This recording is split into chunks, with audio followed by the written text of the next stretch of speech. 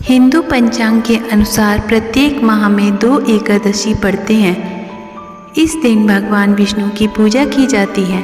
माह के दोनों पक्षों के 11वीं तिथि को एकादशी के नाम से जाना जाता है।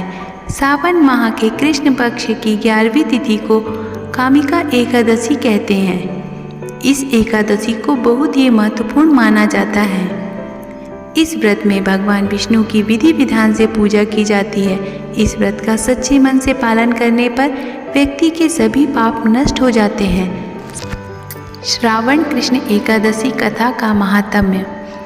कुंती पुत्र धर्मराज युधिष्ठिर कहने लगी कि हे भगवान, आषाढ़ शुक्ल के देवशयनी एकादशी तथा चतुर्मास के एकादशी का भली प्रकार से मैंने वर्णन सुना। आप कृपा करके श्रावण कृष्ण एकादशी का क्या नाम है सो बताइए।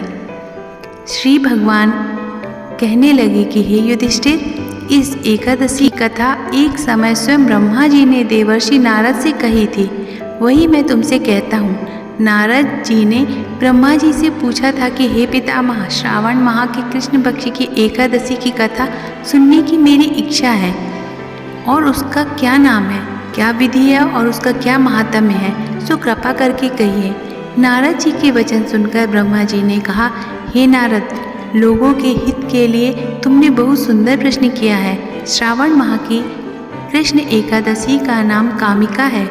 उसके सुनने मात्र से वाजपेयी यज्ञ का फल मिलता है। इस दिन शंख चक्र गदाधारी विष्णु भगवान का पूजन होता है, जिनके नाम श्रीधर, हरि, विष्णु, माधव, मधुसूदन है। उनकी पूजा से जो फल मिलता है सो सुनो। जो फल गंगा, काशी, नैमिषारण्य और पुष्कर स्नान से मिलता है वह भगवान विष्णु की पूजा से मिलता है। जो फल सूर्य व चंद्र ग्रहण पर कुरुक्षेत्र और काशी में स्नान करने से, समुद्र व वन सहित पृथ्वी दान करने से, सिंह राशि के बृहस्पति में गोदावरी और गंडकी नदी में स्नान से प्राप्त नहीं होता, वह भगवान विष्णु के पूजन से मिलता है। जो मनुष्य श्रावण में भगवान का पूजन करते हैं उनसे देवता, गंधर्व और सूर्य आदि सब पूजित हो जाते हैं। अतः पापों से डरने वाले मनुष्यों को कामिका एकादशी का व्रत और विष्णु भगवान का पूजन अवश्यमेव करना चाहिए। पाप रूपी कीचड़ में फंसे हुए और संसार रूपी समुद्र में डूबे हुए मनुष्य के लिए इस एकादशी का व्रत और भगवान विष्णु का पूजन अत्यंत आवश्यक है। इससे बढ़कर पापों के नाश का कोई उपाय नहीं है।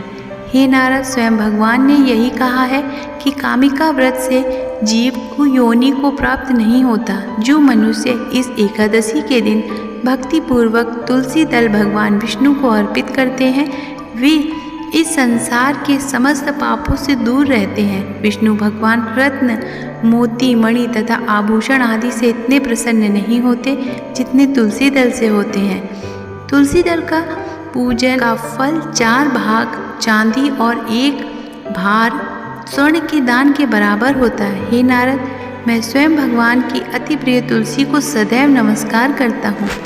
तुलसी के पौधे को सींचने से मनुष्य की सब यातनाएं नष्ट हो जाती हैं। दर्शन मात्र से सब पाप नष्ट हो जाते हैं और स्पर्श से मनुष्य पवित्र हो जाता है। कामिका एकादशी की रात्रि को दीपदान तथा जागरण के फल का महात्म्य चित्रगुप्त भी नहीं कर सकते। जो इस एकादशी की रात्रि को भगवान के मंदिर में दीपक जलाते हैं उनके पितर स्वर्ग लोक में अमृतपान करते हैं तथा जो घी या तेल का दीपक जलाते हैं 100 करोड़ दीपकों से प्रकाशित होकर सूर्य लोक को जाते हैं। ब्रह्मा जी कहते हैं कि हे नारद, ब्रह्म हत्या तथा भ्रूण हत्या आदि पापों को नष्ट करने वाली इस कामिका एकादशी का व्रत मनुष्य को यत्न के साथ करना चाहिए। कामिका एकादशी के व्रत का महात्म्य श्रद्धा से सुनने और पढ़ने वाला मनुष्य सभी पापों से मुक्त होकर विष्णु लोक को जाता है। कामिका एकादशी व्रत कथा। एक पौराणिक कथा के अनुसार बहुत समय पहले एक गांव में पहलवान रहता था। पहलवान नेक दिल का आदमी था, लेकिन उसका स्वभाव बहुत क्रोध करने वाला था। इसी वजह से आए दिन उससे किसी न किसी से बहस हो जाती। एक दिन पहलवान ने एक ब्राह्मण से झगड़ा कर लिया। उसके ऊपर क्रोध इतना हावी हो गया था कि उसने ब्राह्मण की हत्या कर दी। जिसकी वजह से उस पर ब्राह्मण हत्या का दोष लग गया। इस दोष से बचने और पश्चाताप के लिए वह ब्राह्मण के दाह संस्कार में शामिल होने गया, लेकिन पंडितों ने उसे वहां से भगा दिया। पंडितों ने ब्राह्मण की हत्या का दोषी मानकर पहलवान का सामाजिक बहिष्कार कर दिया। ब्राह्मणों ने पहलवान के यहाँ सभी धार्मिक कार्य करने से मना कर दिया। सामाजिक बहिष्कार से परेशान होकर ब्राह्मण ने एक साधु से पूछा कि वह कैसे इस दोष से मुक्त हो सकता है। इस पाप से बचने का उपाय जानना चाहा। साधु ने पहलवान को कामिका एकादशी का व्रत करने की सलाह दी। साधु के कहने पर पहलवान ने कामिका एकादशी का व्रत विधि विधान से पालन किया। एक दिन रात पहलवान भगवान विष्णु जी की मूर्ति के पास सो रहा था। उसे नींद में भगवान विष्णु के दर्शन हुए। उसने सपने में देखा कि भगवान उसे ब्राह्मण की हत्या के दोष से मुक्त कर रहे हैं। उसी दिन से कामिका एकादशी व्रत रखने का प्रचलन हो गया।